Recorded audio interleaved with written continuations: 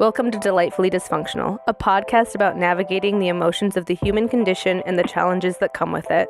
I'm Kaylani Persian Mason, a psychotherapist and life coach with James Timmons, an ever-curious human. This is not a replacement for mental health therapy. Please seek out mental health care if that's what you're needing. This is an opportunity for self-healers to dive deep and understand more about themselves.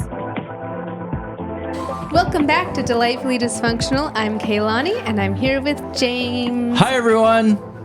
And today we're talking about suicide prevention. It's September's Mental Health Awareness Month, and I'm trained in a specific type of suicide prevention called QPR, which stands for Question, Persuade, Refer. So, and it's kind of meant to be like the CPR of mental health training, and it's meant for anyone to learn how to do. Because one way to really reduce the risk of suicide is to help people feel more confident in knowing how to address it and see what kind of key features and things that they might want to watch out for their friends and loved ones, and know how to proceed talking about it. And with such a heavy topic, I think a lot of people often just don't know what to do if they start feeling concern for someone they care about. So we're going to talk about how to recognize the signs of depression and suicidality in our loved ones, because it can be such a crucial piece of providing hope and support. And then how do we proceed? How do we help someone and guide them towards finding help? Right. So when you think of someone who's depressed, what are the symptoms that you would watch out for? What are things that you might notice? Well, I mean, from what I've observed, the sneaky thing is when people are depressed, they tend to withdraw or isolate. And I mean, everyone is kind of just focused on themselves usually. And it's hard to sort of monitor the people that are not around, you know? And so if somebody crosses your mind, and like, oh, I haven't heard from so-and-so for a while, but then like, cause every suicide that I've ever heard of, everyone, it's completely unexpected, and then people are like, oh, now it's too late, and so but people start blaming themselves, and and it's really it's nobody's fault for the most part, and I don't know, but yeah, just from what I've observed, it's really really tricky and really hard. Yeah, withdrawal is certainly probably one of the main things that someone might actually be able to observe and notice, and becoming more socially isolated. And that does make it difficult, just like you're saying. And that's why we should try to check in with our friends and our family if we notice a really big shift. But usually there's some other key features too. You might notice that person, if they're voicing having issues with sleep, having decreased energy and more fatigue, neglecting their responsibilities, things that they would normally be on top of. Changes even in weight, just because either leaning into our vices and overeating or not having an appetite at all. Those are some more observable things that we might notice. And then more of the emotional side of depression, we can talk to that too. What are the things that even you've noticed when you've had periods of depression? What are the things that you can reflect on to describe how someone might be feeling? Yeah. I mean, recently I've experienced like some heavy feelings like that. And I'm in a better place today, so you guys don't have to check on me. But the things you're describing with like the eating and the lack of sleep, like when I experienced some severe anxiety, it keeps you up at night, and then the next morning it's way harder to navigate through the day because sleep is usually one of the first things that I notice can really throw mental health off. And that's been true for myself as well. And so when you start getting that chronic insomnia, like your brain needs sleep. It needs that rest to function well. Right. So it's kind of a brain that shouldn't be trusted. Yeah. And when we maintain that cycle, it becomes difficult for all of the operations to regulate our mood and our emotions and our clear thinking, our logical thinking. It becomes more and more difficult. So people might also experience, that persistent sadness and low mood, just feeling a hopelessness. I think a lot of depression is the absence of hope. A loss of interest in hobbies and activities that they once enjoyed. Things that used to bring you joy don't fulfill you anymore. Yeah. Feeling more irritable or frustrated. Things that kind of set you off more quickly without a clear reason. Worthlessness and guilt, those feelings can really exacerbate depression. And typically one's harsh inner critic is a lot louder. So just messing up over minor mistakes or imperfections feel more highlighted. Yeah.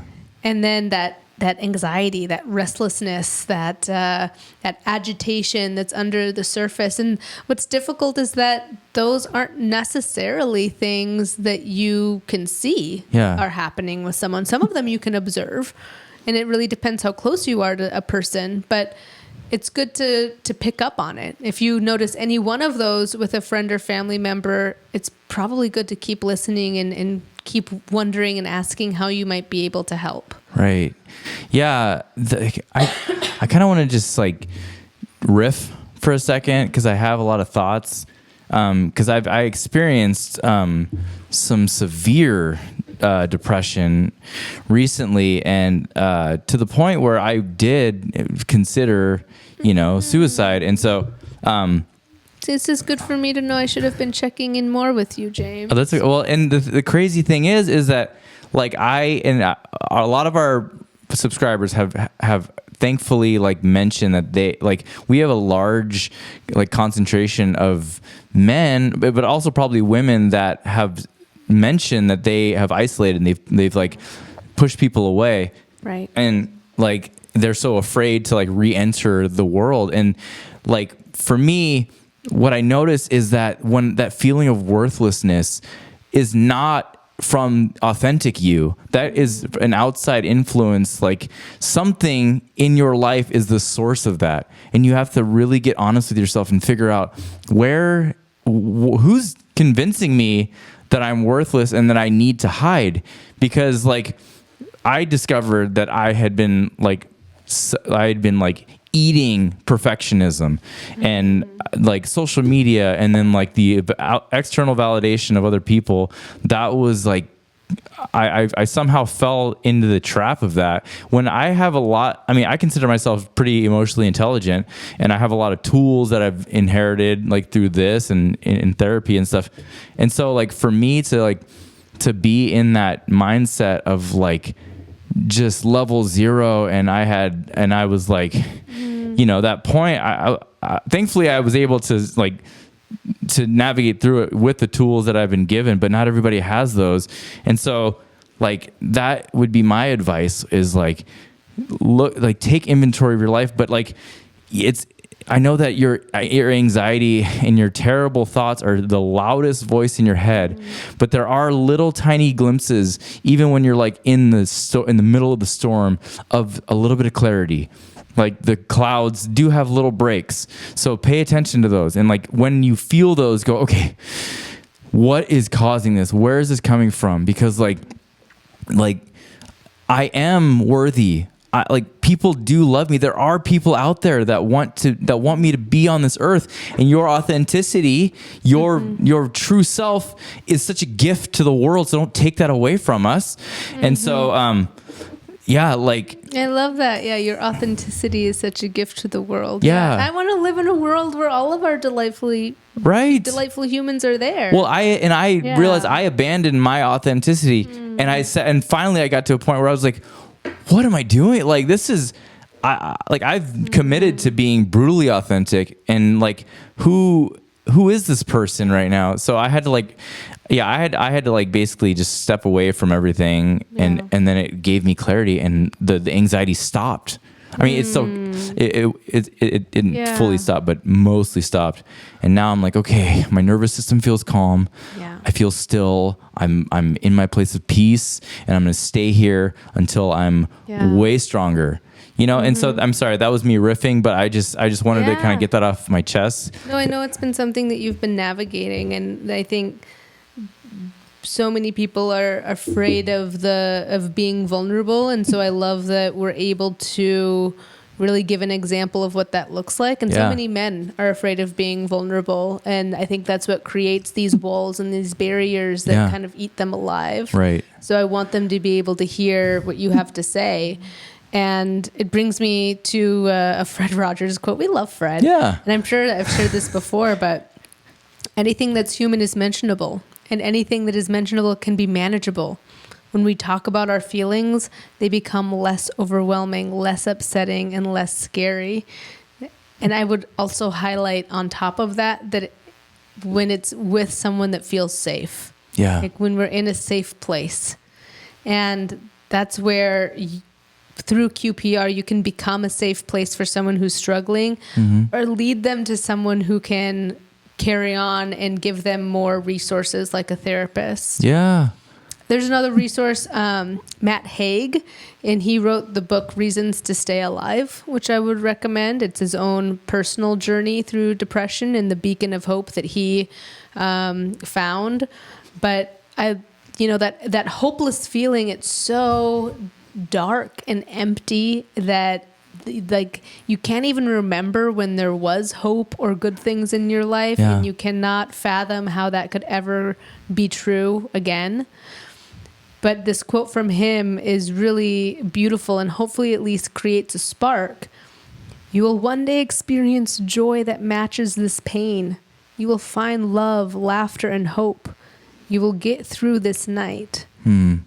Everything is temporary. Right. And this chapter is also temporary. Yeah, I have some thoughts on that, because I listened to The Mountain Is You by Brianna Wiest like a dozen times recently. And there's one part where she says, like, basically, like, if you want to like change your life, just take one little inch forward today and then stare at the ceiling and cry, for the rest of the day if you have to.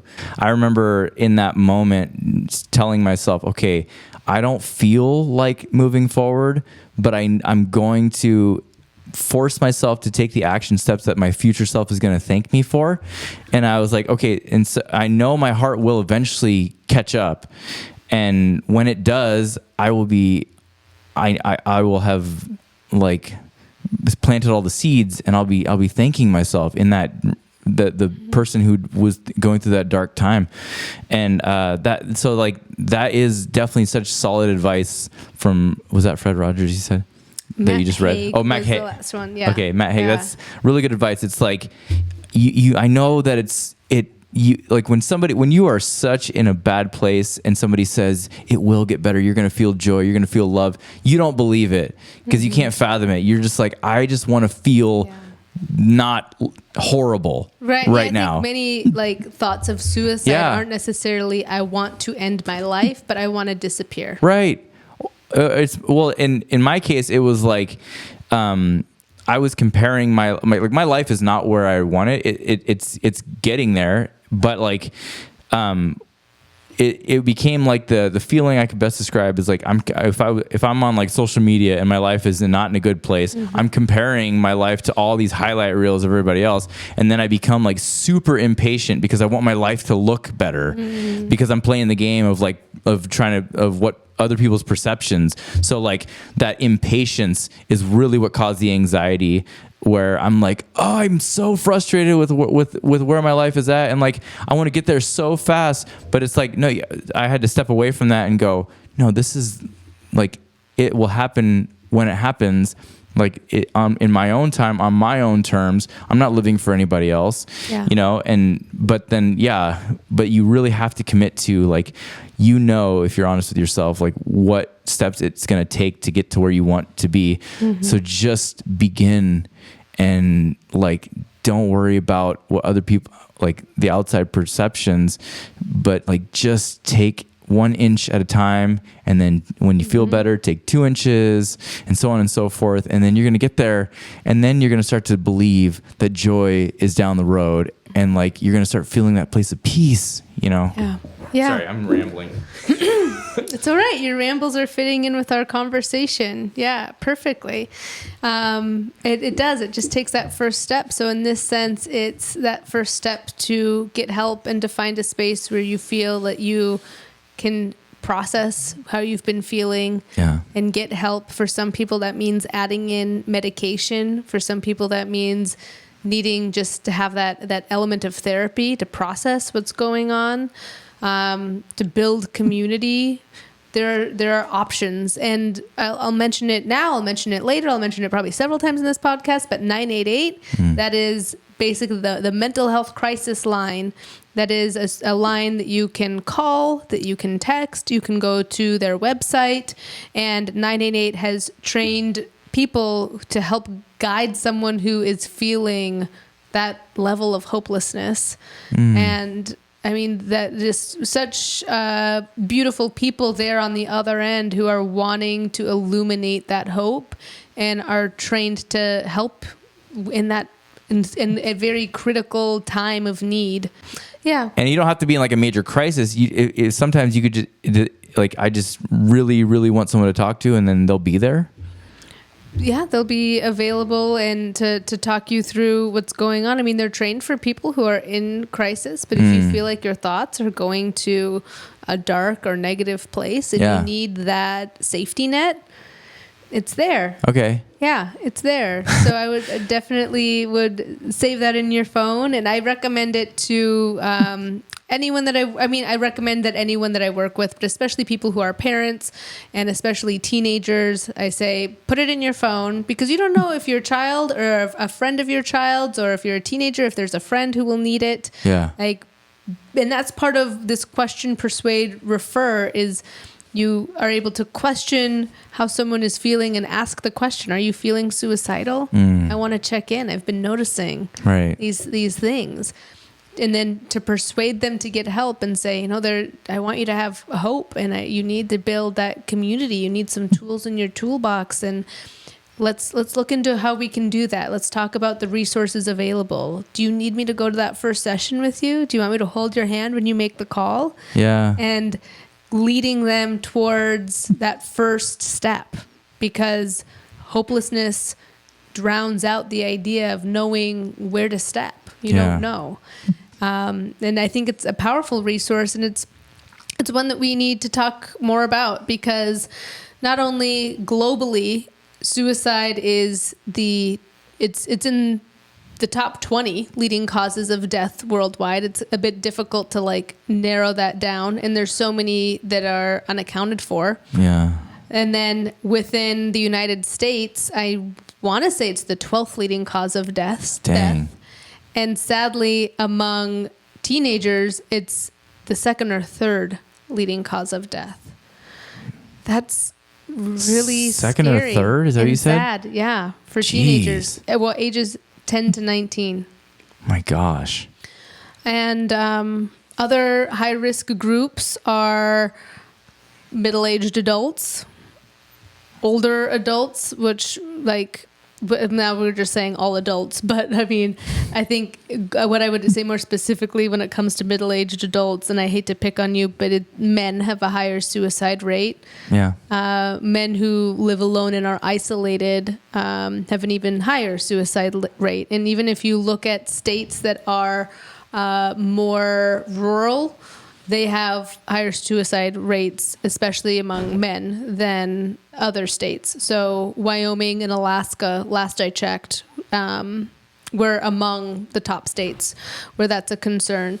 And unfortunately, because of the elderly population, it's quite high still. With significant issues related to isolation, chronic illness, grief. You have fewer and fewer people within your age group that are still alive. Yeah. And what I find is really unfortunate too, like I have a grandmother who lives all the way in Florida, but she's also at an age where she can't really operate technology as well to be able to even connect with family members who live elsewhere. And I think that can also be a risk. So it's a concern. And one of the reasons why for men it is a higher risk, they're actually 3 to 4 times more likely to die by suicide. And part of that reason is because they tend to pick more lethal means. Yeah. Meaning firearms. Yeah.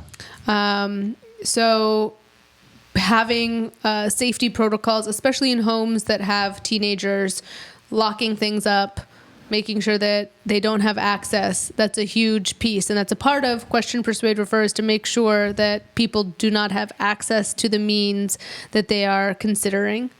So going back to just some of those risk factors, it affects your ability to concentrate. It affects one's ability to see clearly. It creates even more negative thought patterns and pessimism and aches and pains. It can affect your speech. People can literally feel like in their nervous system a numbing or a slowing down of their speech or their movements. And when I was really in the depth of my depression, which now has been maybe it's been like about 2 decades, but it was like that. Like I struggled with so much indecisiveness to just answer simple questions. Yeah. It would be like a freeze response.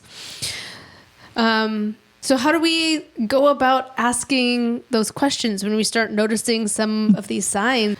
I think a thing that is tricky is that some of the thoughts you were having, when not voiced, are then difficult for people to know how someone is feeling as far as like depression versus suicide. Yeah. Not everyone who's depressed considers suicide. Not everyone who's depressed follows through and attempts or has a thought of suicide.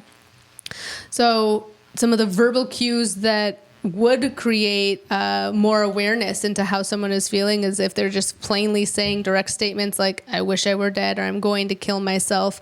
And then there's more of the indirect statements like, I had already mentioned, but like, I just want to disappear. I don't see the point in living. Yeah. Everyone would be better off without me. I'm a burden to others. And those would be definitely cues to really like wrap yourself around that person. Like I need to understand more. I need to spend some time there. But that takes, those are like calls for help too. And to be brave enough to even say like the honesty of those statements, I think is difficult sometimes. I think that maybe for September, Suicide Prevention Month, maybe we all can commit to like seeking out people who are a little quieter than others and just give them an encouraging word. Yeah, maybe we can all like commit to reaching out, because I would have loved if somebody just unsolicited came and said, hey, like, do you want to talk? I love doing that actually. I love reaching out to friends when they're on my mind and just being like, just thought of you, hope you're doing well. And I encourage everyone to do that. Like if a friend is on your mind, whether you're concerned about them or not, I think that it's just a good habit because like I've mentioned time and time again, we are in an epidemic of loneliness. And what sadly that means is a rise in suicide and depression. And so just letting someone know that you're on their mind could be really making their day and giving them a sense of worth. In mitigating some of these thoughts that might be brewing. Yeah.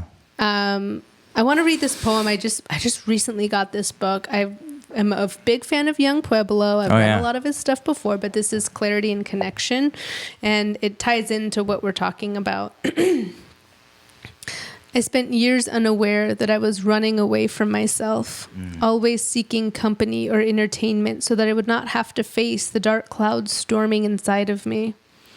Every moment was an opportunity for diversion. Friendships were a means of escape. Pleasure, a temporary relief from pain. I did not notice that my relationships were shallow because of how far away I was from myself.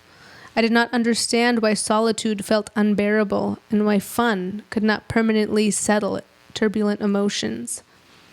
For far too long, I was unaware that the only way for life to improve, for my relationships to feel rich, and for my mind to finally experience ease, was for me to explore and embrace the anxious unknown that dwelled within. I want to go over a couple other signs just so that we can make sure that we've tapped on all of them, and then we'll go into the next pieces of QPR. Okay. So some emotional cues might be mood swings, someone expressing or verbalizing feeling stuck or trapped, them noticing or expressing a lot of shame or guilt, or self-blame, and a marked decline in like personal hygiene, personal care, not really having the same attention to their appearance. And, this would be, needing to have a more intimate look into someone's life, but certainly if they're searching up a way online of how to hurt themselves or harm themselves, or that there's a sudden disinterest in future plans that they had previously cared a lot about, even things like that are things to pay attention to. And then often once someone has already cognitively made that decision, they might even give away their possessions and their belongings, kind of preparing already, and making any kind of final arrangements and plans for their pets or for their loved ones, engaging in really risky and reckless behavior that's kind of adjacent to really truly suicidal actions, but dangerous driving, substance abuse, other life-threatening behaviors that don't really cradle your body in a sense of safety and security, but are very reckless. Yeah. And strangely enough, when you notice a lot of dysregulation in someone, and then there seems to be a sudden improvement of calm in their life after a very dark depression, that sometimes can indicate that someone has already mentally decided to end their life, and that they feel a calm in knowing that they aren't in this indecisiveness. And that was something that my husband noticed with his friend. Was he went and he had kind of a farewell tour visiting everyone and was really happy and jovial and seemed at peace. And then he drove a couple hours away and jumped off of a bridge. Man. So sometimes it's things that we might not notice or be looking for like that. Yeah. That if we know and have had concern previously and haven't just outright asked the question, now was the time to ask that. And when someone has had a history of other attempts, it very much increases the likelihood that they will attempt again, or have had substance abuse issues or a major trauma, a lack of support system. These are other key features of someone who is at risk. Yeah. Have you ever had anyone in your life who's taken their life, made that choice? I can't think of anyone. So, I don't know. Yeah, I think you're very lucky then. And the majority of people at some point in their life have. I've had two people, one when I was in high school and then my husband's friend. And then I had someone who did death with dignity because they had a terminal illness. And I view that differently. Some people may not, but what is really important when you're interacting with someone who's having those feelings is to not come from a place of judgment, but to listen. Yeah. Like you're not there to fix them, but just you have to start by asking that direct question. I'm concerned about you. Yeah. Are you thinking of suicide? Yeah. I've been worried. And then create that opening and that sense of safety, because often people are wanting to ask for help, and that indecisiveness within them creates such a turmoil that they don't even know how to utter the words. Yeah. So if someone is willing to be brave enough to ask that question, it can also drop a layer of defensiveness and allow them to be much more honest. Mm-hmm.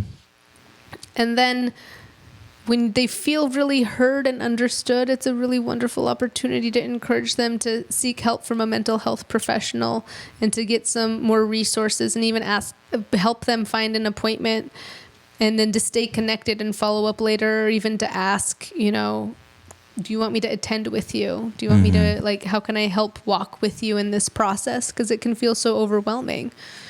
And I want to just normalize the power of finding the right mental health professional to help you, someone that you trust and you know you can be honest and vulnerable with.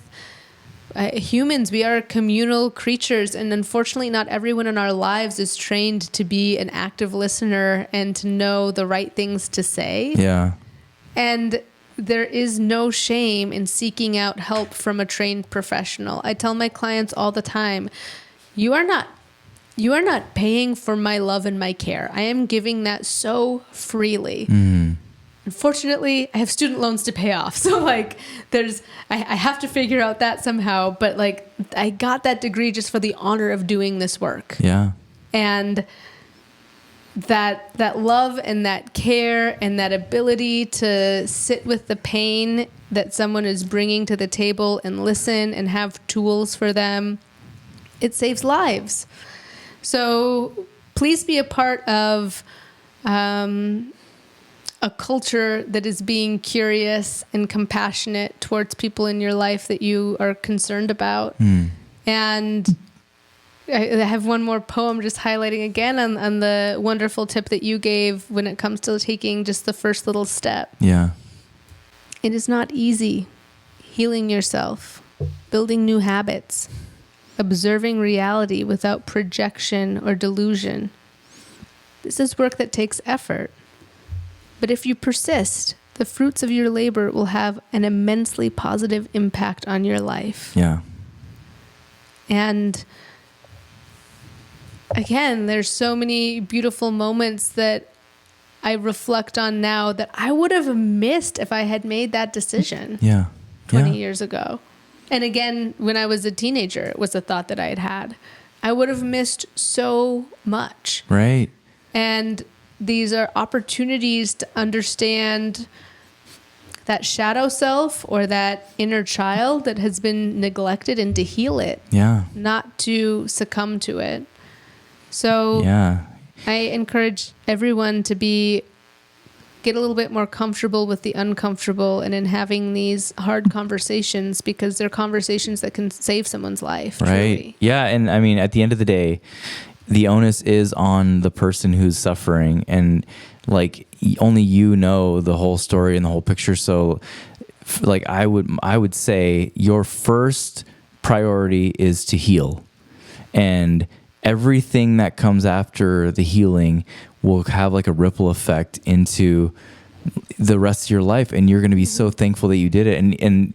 But the thing about healing is that you can't keep picking the scab, and you can't keep injuring yourself. So figure out where the things that you're doing that keep re-injuring yourself. Like I had to do that. But it's like healing is easy actually, because all you have to do is just like your body is this amazing thing that will heal itself. So just hang in there and sit tight. Stop picking the scabs. Stop re-injuring yourself. Just heal, and then once you're like healed enough, then all of a sudden everything is going to start opening up for you, and you're going to start understanding like, you know, wow, life is beautiful, and there are people that love me, you know. And just because there might not be supportive people in your life now does not mean that is how it will always be. Right. When I think back 20 years ago, I had just moved, had not had a strong enough support system. I was not connected with the family that was near me, and they had kind of, there was tension. Yeah. And it was a huge factor in me losing my way and feeling more unlike myself than ever before. Yeah. So there are spaces and there are places and there are things that you have not yet tried. Yeah. And if you know, that saying, like, continue doing what you've always been doing, expecting a different result, that's like the definition of crazy. Of insanity. Insanity. Which is actually not, but go ahead. Right. But like, if you are in this perpetual cycle of only feeding yourself negativity, of only comparing, of only shaming and blaming yourself, of not understanding those unconscious forces that can puppeteer us, then you're missing a very important set of tools that will help guide you to a much more beautiful and peaceful life. Yeah. And I know everyone has unique stories, and I've heard a lot of very painful stories through this podcast and through the comments that we get, and my heart goes out to those people. And there's something about suffering that wants you to believe at times that it's hopeless. I see sometimes comments of like, that might work for some people, but not for me. And this is why. And that's just a real reflection of the wall that's been put up. Mm-hmm. And I want to ask those people if these are things they've tried. And unfortunately, when it comes to a therapist, it's not a one size fits all. You really have to find someone that you feel comfortable with. And if you've had a poor experience, that can feel really difficult to open yourself up again. But I encourage you to be brave and to feel out and find the right person to work with. Yeah. And that could be a whole other episode on just how to find a therapist that you will work well with. And it's okay to break up with your therapist and find someone new who you think that you will resonate more with. But question, persuade, refer is first about noticing those things, those warning signs, those red flags, being brave enough to ask that question, being able to, part of persuading someone to get the next step is being able to hold space to hear them non-judgmentally and say, I'm sorry, that feels really hard, and I hear you, and to inspire some hope, and provide them some resources and refer them to someone who can help further. So, you can check out the local resources that you have available. Psychology Today is one directory. There are many, but it's one that is quite popular for finding a therapist. It's like online dating for a therapist with a little profile there.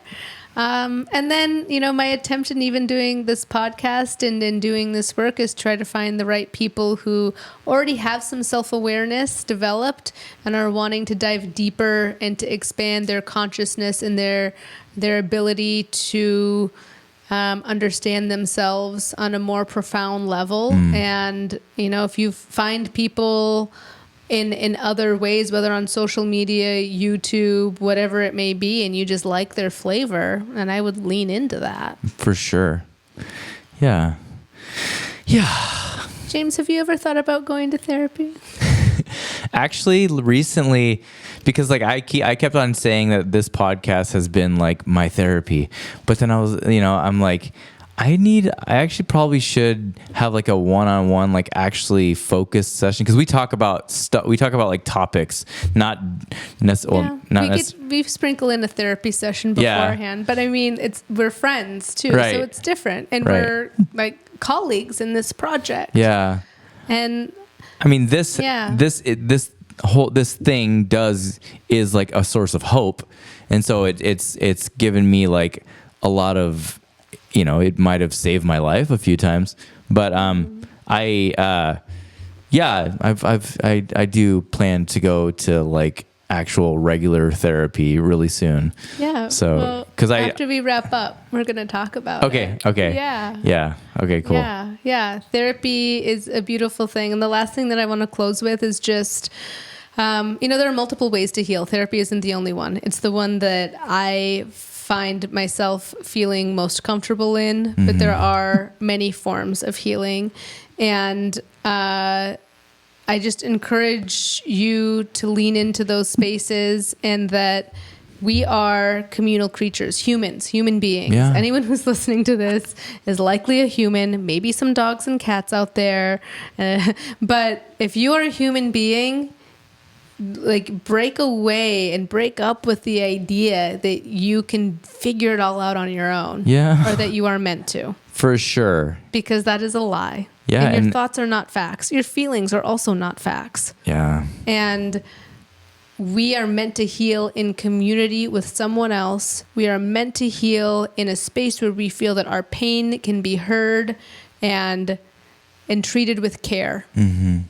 And you deserve that experience, and I encourage you to find it, because it's a beautiful first place to start, and to allow yourself to cultivate more hope and bloom into who you're meant to be. Yeah, totally. So find your authenticity with like fierceness and with just a radical fire. Find that light. And I hope that Delightful Humans, that you found some tools and some ways to just either navigate your pain or to help those around you. And thank you so much for joining us. If you want to either work with me or just find some free resources that I'm putting out there, because I just want to create more hope out there in the world, you can check the link in the description or go to coachkaylani.com. I have a free list of journaling prompts. I have a free guided meditation, and I have a free webinar coming up September 26th. So please check that out, register for the webinar, and I look forward to hearing from you in the next one. Bye. Bye-bye.